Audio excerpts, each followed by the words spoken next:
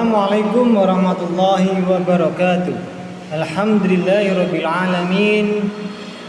Pada video kali ini kita bisa berjumpa kembali. Dan video kali ini saya akan membahas atau mereview sebuah jurnal yang berjudul Majelis Taklim sebagai Lembaga Pendidikan Islam Non-Formal dan di Indonesia, yang ditulis oleh Karlina Putri, Nur Aziza, Karima, Gusmaneli, yaitu Konstitusi Universitas Islam Negeri UIN Imam Bonjol Padang.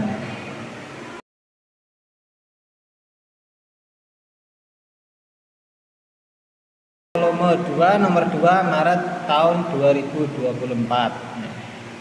Langsung saja, yang pertama yaitu tujuan penelitian Dalam jurnal tersebut bertujuan untuk menjelaskan pengertian Majelis Taklim sebagai lembaga pendidikan Islam non formal Yang kedua, perkembangan dalam sejarah Islam dan di Indonesia. Yang ketiga, fungsi, tujuan dan peranan Majelis Taklim dalam masyarakat Muslim Indonesia. Itu tadi tujuan penelitian Sedangkan untuk metode penelitian yang digunakan yaitu jenis penelitian kualitatif yang digunakan yaitu penelitian kualitatif. Sedangkan untuk sumber data yaitu buku, jurnal ilmiah dan dokumen keagamaan. Dan penelitian ini bersifat deskriptif, mengkaji konsep dan praktek Majelis Taklim dari berbagai literatur Dan selanjutnya yaitu ringkasan isi. Ringkasan isi. Yang pertama dalam jurnal tersebut, yang pertama membahas pengertian dan dasar Majelis Taklim. Majelis Taklim adalah forum pembelajaran keagamaan non formal yang diselenggarakan rutin berbasis Al-Quran dan Sunnah dengan metode seperti ceramah, diskusi, dan halaqah. Intinya di dalam jurnal yaitu yang pertama membahas pengertian dan dasar Majelis Taklim. Dasarnya sudah jelas yaitu Al-Quran dan Sunnah. Sedangkan untuk metode yang digunakan yaitu metode ceramah, diskusi, dan halaqah. Pembahasan yang kedua yaitu materi pembelajaran. Materi mencakup tauhid, fikih, tafsir, hadis, akhlak, tarikh Islam, dan topik sosial keagamaan dalam kehidupan sehari-hari. Itu untuk pembahasan materi yang kedua.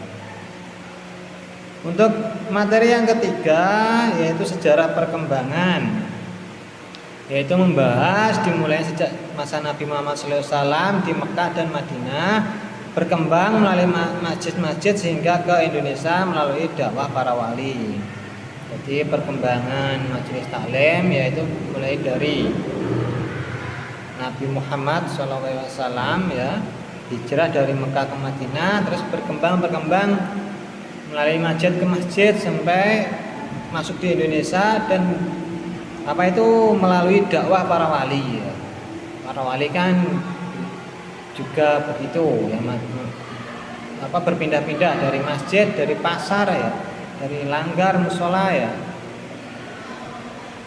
Yang selanjutnya yaitu tujuan dan fungsi.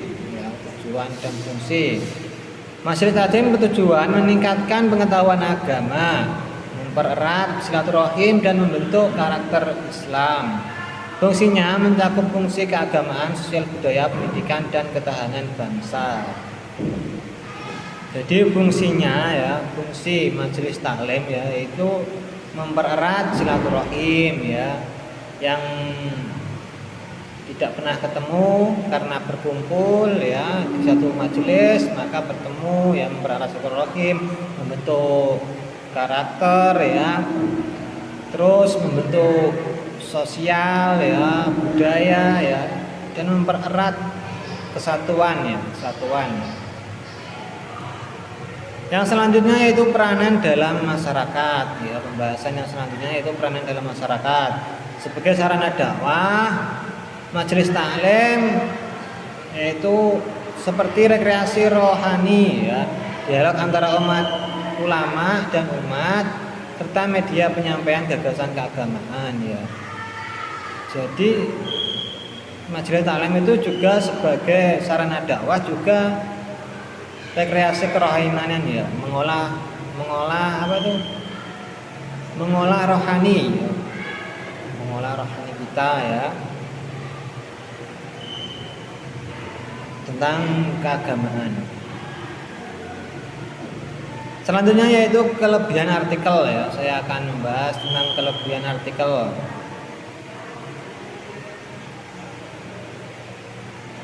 Yang pertama yaitu mengangkat topik aktual yang erat kaitannya dengan praktek keagamaan masyarakat Indonesia ya. Itu kelebihannya yang pertama menurut saya. Yang kedua, struktur tulisan rapi mulai dari pengantar, pembahasan hingga kesimpulan. Untuk kelebihan yang selanjutnya menurut saya yaitu mengutip banyak referensi ilmiah dan kitab klasik Islam ya. Itu menurut saya kelebihannya. Yang selanjutnya yaitu menjelaskan bagaimana majelis taklim berfungsi sebagai sarana pendidikan dan pengetahuan. Itu kelebihannya yaitu sangat mudah dipahami ya, mudah dipahami. Sedangkan untuk kelemahannya menurut saya kekurangannya yaitu data empiris atau studi lapangan yang bisa memperkuat temuan dan menambah kekinian dari praktek majelis taklim ya.